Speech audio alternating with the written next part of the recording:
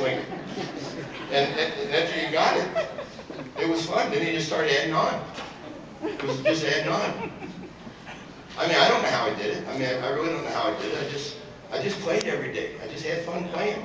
But I earned the right to play. I mean, when I went back as player manager in '84 in August, it's the last 7 weeks of the season, okay, I was 40 years old, 42, and if I didn't went back and played every day and hit 240, I wouldn't have had the opportunity to break the record. But I went back as Cincinnati player manager, and I played every game the rest of the season. I hit 365. So I kind of earned the right to play in '85. And then in '86, the last game I started as a player, I got 5 for 5. I broke 14 records the last game I played. And I just quit playing.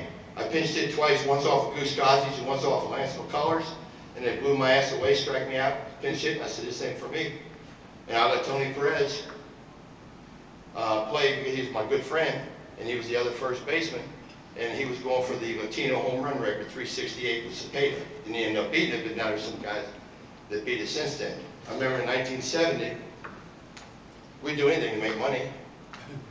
And we're moving from Crosby Field to Riverfront during the season. I think the last game at Crosby was June 24th. The first game at Riverfront was June 30th. And I bet Tony Perez $150 that I'd be the first player to shed a Riverfront.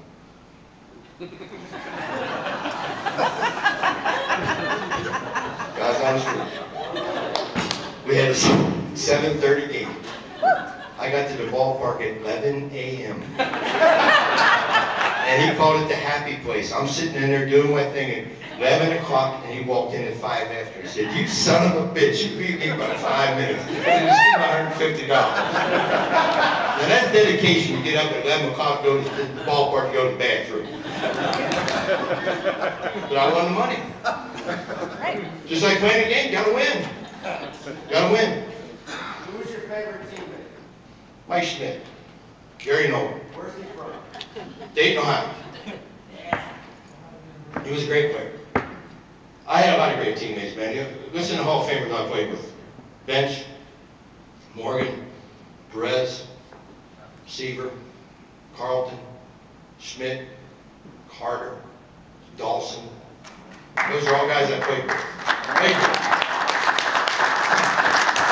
And I can't tell you the guys I played against. I mean, Mays, Aaron, McCovey, Colfax, Drysdale, Marichal, Perry, Negro, Gibson, Seaver, you know, I mean, Sutton. I mean, what was what? Clemente. Roberto Clemente. I mean, he was such a great guy. I mean, all he did was want to talk about it. He said, Pierre. He said, how you feel? I used to call him Bobby. Because at Old Forbes Field, he used to walk underneath the stadium. We had to go through our dugout, their dugout, to get to our dugout. And underneath the stadium, they had rats this big. I mean, them guys had rats. They had steroids on rats back then. And he'd just sit there. Remember the thing they had there, where you could sit down and talk? Oh, yeah. And Bobby'd always sit there. And we'd always hope that he'd feel good. Because whenever he said, how you feel today, Bobby? He said, every goddamn bone in my body hurts. He'd go 4 for 5. How you feel today, Bobby? I feel great, 0 for 4. We want him to feel good every time we come out. But all we want to do is talk about him.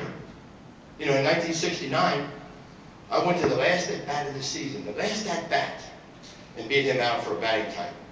The only way I could lose the batting title is if I go 0 for 4, and he goes 4 for 4. Well, I'm 0 for 3, and he's 3 for 3. I'm playing in Atlanta. We already got 5th place, all locked up. And he's playing in Pittsburgh. I don't know who he's playing against. And I got a base hit, and he made it out, and I went in the last at-bat.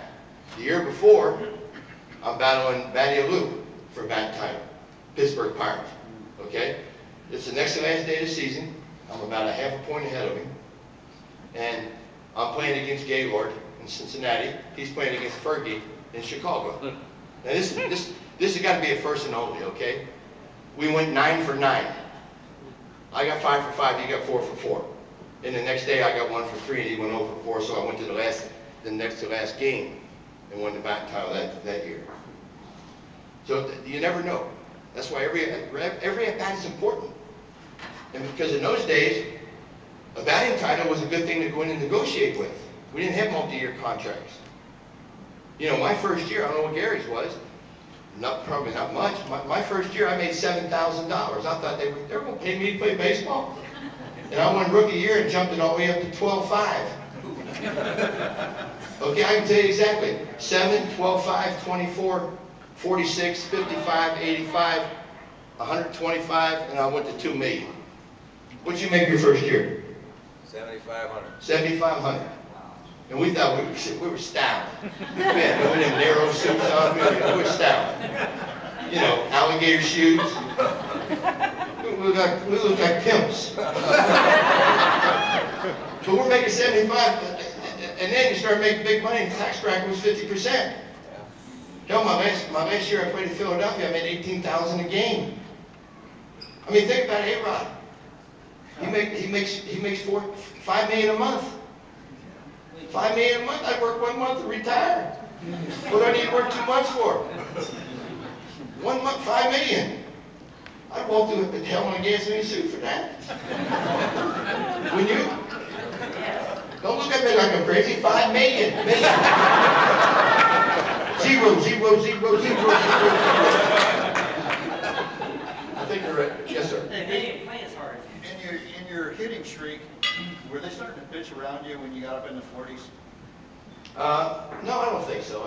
I got lucky in Philadelphia one time because, you know, I got 3-2 on me and Tug McGuire's pitching. He threw a screwball, and I kind of went like that. If he'd have called me out, I wouldn't have been pissed because I did swing. He called a ball 4. Then we batted around, and the next thing I got there at back and got a base hit.